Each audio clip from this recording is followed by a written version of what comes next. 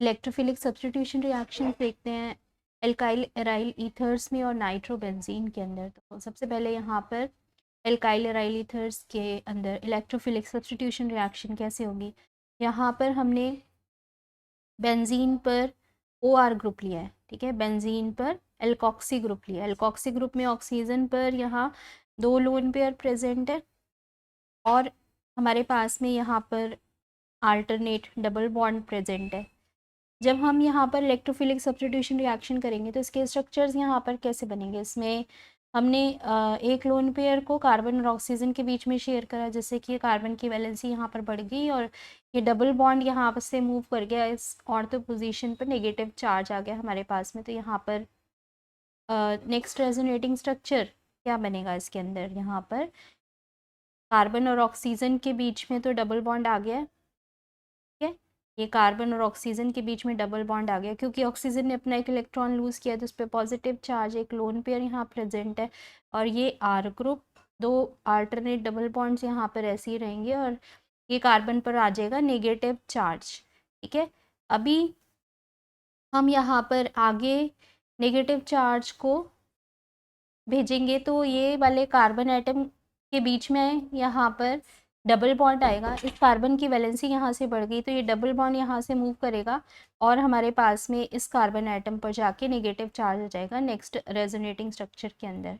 इसका next resonating structure बना लेते हैं। इसमें यहाँ पर हमने ये कार्बन ऑक्सीजन के बीच में डबल बॉन्ड आ रहा है, यहाँ पर इस पर पॉजिटिव चार्ज लोन पेयर, ये डबल बॉन्ड आ गया, यहाँ पर कार्बन जो था इसके पास में नेगेटिव चार्ज चला जाएगा, यानी पैरा पोजीशन पर हमारे पास में यहाँ पर नेगेटिव चार्ज आ गया और ये 2 अल्टरनेट डबल बॉन्ड प्रेजेंट, एक बार ऑर्थो पर आ गया, एक बार पैरा पर आ गया और नेक्स्ट में हमने यहाँ पर ये नेगेटिव चार्ज को आगे घुमाया, ये दोनों कार्बन एटम के बीच में नेगेटिव चार्ज आ गया, ये वाला जो बॉन्ड है यहाँ कार्बन पर नेगेटिव चार्ज लेके आएगा तो ये नेक्स्ट रेजोनेटिंग स्ट्रक्चर बन जाएगा। यहाँ पर इसमें बेंजीन पर ये एल्कॉक्सी ग्रुप प्रेजेंट है, यहाँ पर ऑक्सीजन के साथ में एक लोन पेयर पॉजिटिव चार्ज, यहाँ कार्बन पर क्या आ गया, नेगेटिव चार्ज आ गया, ठीक है, और ये यहाँ पर 2 डबल बॉन्ड प्रेजेंट है। इसके बाद जब नेक्स्ट रेजोनेटिंग स्ट्रक्चर बनाओगे यहाँ पर तो ये डबल बॉन्ड आ रहे हैं कार्बन कार्बन के बीच में और ये वाला जो डबल बॉन्ड है वो ऑक्सीजन पर जाएगा लोन पेयर बन के, तो लास्ट रेजोनेटिंग स्ट्रक्चर हमारे पास में यहाँ पर बन जाएगा। इसमें हम यहाँ पर एल्कॉक्सी बेंजीन के जो स्ट्रक्चर्स बना रहे हैं इसमें पोजीशन जो है वो अल्टरनेट डबल बॉन्ड की यहाँ पर बदल गई है और हमारे पास ऑक्सीजन पर दोनों लोन पेयर वापस आ जाएंगे और ये आर ग्रुप लगा हुआ है, ठीक है। अभी हमने ये जितने स्ट्रक्चर्स देखे इनके अंदर क्या देखा यहाँ पर कि ऑर्थो पोजीशन पर दोनों जगह और पैरा पोजीशन पर क्या आ रहा है, नेगेटिव चार्ज आ रहा है, यानी कि इलेक्ट्रोफिलिक सब्स्टिट्यूशन रिएक्शन के अंदर हमारे पास में ये जो हमने स्ट्रक्चर्स बनाए हैं फर्स्ट, सेकंड, थर्ड, फोर्थ और फिफ्थ स्ट्रक्चर, इसके अंदर सेकंड टू फोर्थ स्ट्रक्चर के अंदर इलेक्ट्रोफिलिक सब्स्टिट्यूशन रिएक्शन पॉसिबल है, ठीक है। यहाँ पर हमारे पास में ऑर्थो की 2 पोजीशन और पैरा की 1 पोजीशन पर इलेक्ट्रोफिलिक सब्स्टिट्यूशन रिएक्शन हो सकती है।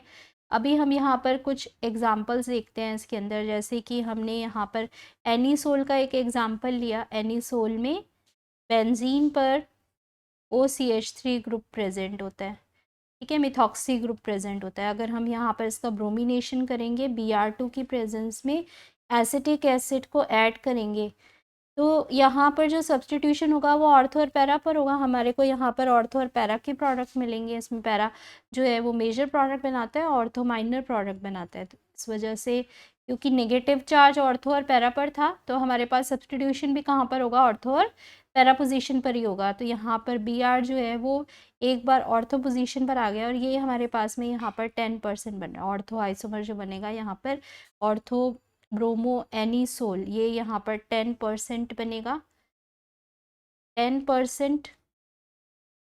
और जो पैरा वाला आइसोमर यहाँ पर बन रहा है वो हमारे पास में यहाँ पर मेजर प्रोडक्ट बनेगा 90% पैरा ब्रोमो एनीसोल।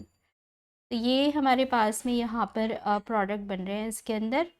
अगर हमने ब्रोमिनेशन किया या फिर हम यहाँ पर नाइट्रेशन करते हैं या हम यहाँ पर फ्रीडल-क्राफ्ट एल्काइलेशन या एसाइलेशन रिएक्शन करते हैं, सब में यही इसी तरह से रिएक्शन होगी। ठीक है, तो सेम रिएक्शन हम यहाँ पर देखेंगे किसके लिए, नाइट्रेशन के लिए या फिर फ्रीडल-क्राफ्ट एल्काइलेशन या एसाइलेशन के लिए भी। Friedel-Crafts alkylation and acylation.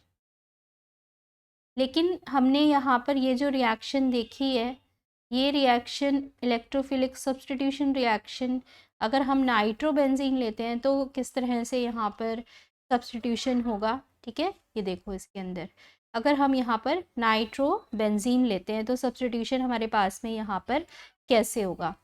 हमने यहाँ पर एक एग्जाम्पल देखते हैं, रेजोनेटिंग स्ट्रक्चर्स बना के इसमें हमने यहाँ पर नाइट्रोबेंजीन लेना है।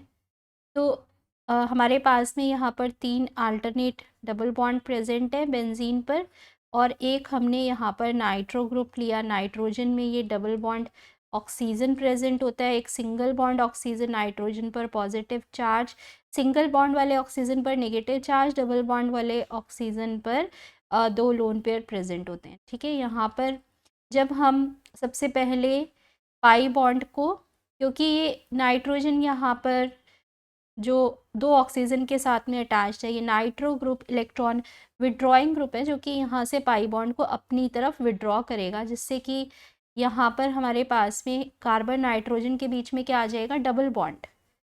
अगर ये यहाँ से बॉन्ड मूव करता है तो इस कार्बन पर क्या आ जाएगी, इलेक्ट्रॉन डेफिशिएंसी, यहाँ पर पॉजिटिव चार्ज मेंटेन हो जाएगा। ठीक है, तो नेक्स्ट रेजोनेटिंग स्ट्रक्चर बनाते हैं यहाँ पर। इसके अंदर हमने यहाँ पर नाइट्रोबेंजीन का स्ट्रक्चर बनाना है। नेक्स्ट रेजोनेटिंग स्ट्रक्चर में कार्बन नाइट्रोजन के बीच में डबल बॉन्ड आ गया यहाँ पर, और ऑक्सीजन जो दोनों प्रेजेंट है उन पे क्या आ जाएगा, नेगेटिव चार्ज आ जाएगा। क्योंकि अगर यहाँ पर कार्बन नाइट्रोजन के बीच में डबल बॉन्ड जाता है तो ये वाला बॉन्ड भी हमारे पास में जो डबल बॉन्ड प्रेजेंट है वो ऑक्सीजन पर जाएगा, क्योंकि नाइट्रोजन की वैलेंसी बढ़ जाएगी। अभी नाइट्रोजन ने एक इलेक्ट्रॉन गेन किया, एक इसने लूज़ कर दिया, ऑक्सीजन यहाँ से अपने पास लेके गया, इसलिए नाइट्रोजन पे तो पॉजिटिव चार्ज यहाँ पर बना रहेगा स्ट्रक्चर के अंदर, दोनों ऑक्सीजन पर नेगेटिव चार्ज आ जाएगा इस स्ट्रक्चर में, और यहाँ इस कार्बन एटम पर क्या आ जाएगा, पॉजिटिव चार्ज, क्योंकि इसने अपना एक इलेक्ट्रॉन इस कार्बन ने लूज़ किया है। 2 यहाँ पर हमारे पास में बॉन्ड प्रेजेंट है।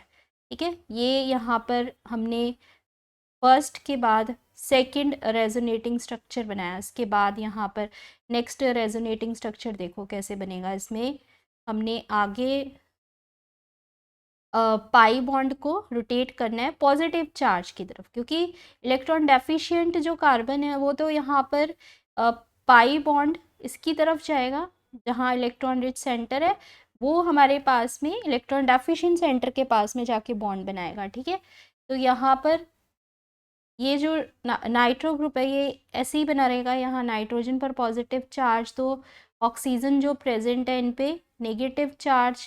ठीक है, और साथ में यहाँ पर ये पाई बॉन्ड जो है यहाँ से मूव करा, 2 कार्बन के बीच में आया, यहाँ पर क्या बन गया, बॉन्ड बन गया हमारे पास में। ये 2 बॉन्ड हमारे पास में यहाँ पर आ गए, ये कार्बन इलेक्ट्रॉन डेफिशिएंट हो गया, तो यहाँ पर क्या बन रहा है, पॉजिटिव चार्ज आ रहा है। ये स्ट्रक्चर 3 है यहाँ पर। ठीक है, ये स्ट्रक्चर 3 आ रहा है। इसके बाद नेक्स्ट रेजोनेटिंग स्ट्रक्चर देखो, यहाँ पर नेक्स्ट रेजोनेटिंग स्ट्रक्चर में फिर से हम पाई बॉन्ड को एक ही डायरेक्शन में हमें हमेशा घुमाने हैं। पाई बॉन्ड या इलेक्ट्रॉन डेंसिटी एक ही डायरेक्शन में घूमती है बेंजीन रिंग के अंदर, तो पाई बॉन्ड यहाँ दोनों कार्बन एटम के बीच में आ जाएगा। और यहाँ पर नेक्स्ट रेजोनेटिंग स्ट्रक्चर कैसे बनेगा, इसके अंदर हमने यहाँ पर नाइट्रो ग्रुप लगाया हुआ है। नाइट्रो ग्रुप में ये नाइट्रोजन पे पॉजिटिव चार्ज, ऑक्सीजन पर दोनों नेगेटिव चार्ज ऑक्सीजन, और ये डबल बॉन्ड, यहाँ पर जो डबल बॉन्ड था वो ऐसे ही रहेगा, और पाई बॉन्ड यहाँ पर मूव कर जाएगा दोनों कार्बन एटम के बीच में। ये वाला कार्बन इलेक्ट्रॉन डेफिशिएंट हो गया तो इस पर क्या आ जाएगा, पॉजिटिव चार्ज आ जाएगा। ठीक है, यहाँ पर हमारे पास में पॉजिटिव चार्ज आ गया। अब तो ये जो स्ट्रक्चर यहाँ पर बन रहा है ये फोर्थ स्ट्रक्चर बन रहा है यहाँ पर। और उसके बाद हमारे पास में हम लास्ट स्ट्रक्चर यहाँ पर बनाएंगे। अभी हम यहाँ पर एक ही डायरेक्शन से मूव करते हुए जा रहे हैं। देखो सारे हमने एरो एक ही डायरेक्शन में लेके जा रहे हैं, लेफ़्ट टू राइट। तो हम यहाँ से ये वाला पाई बॉन्ड जो है उसको मूव करेंगे और यहाँ वाले कार्बन आइटम पर लेके आएंगे, ठीक है, जिससे कि हमारे पास में यहाँ पर नेक्स्ट रेजोनेटिंग स्ट्रक्चर बन जाएगा। इसके अंदर ये यहाँ पर नाइट्रोजन और कार्बन के बीच में अब सिंगल बॉन्ड रह गया, क्योंकि नाइट्रोजन ने अपना एक इलेक्ट्रॉन यहाँ पर लूज़ किया है, ठीक है।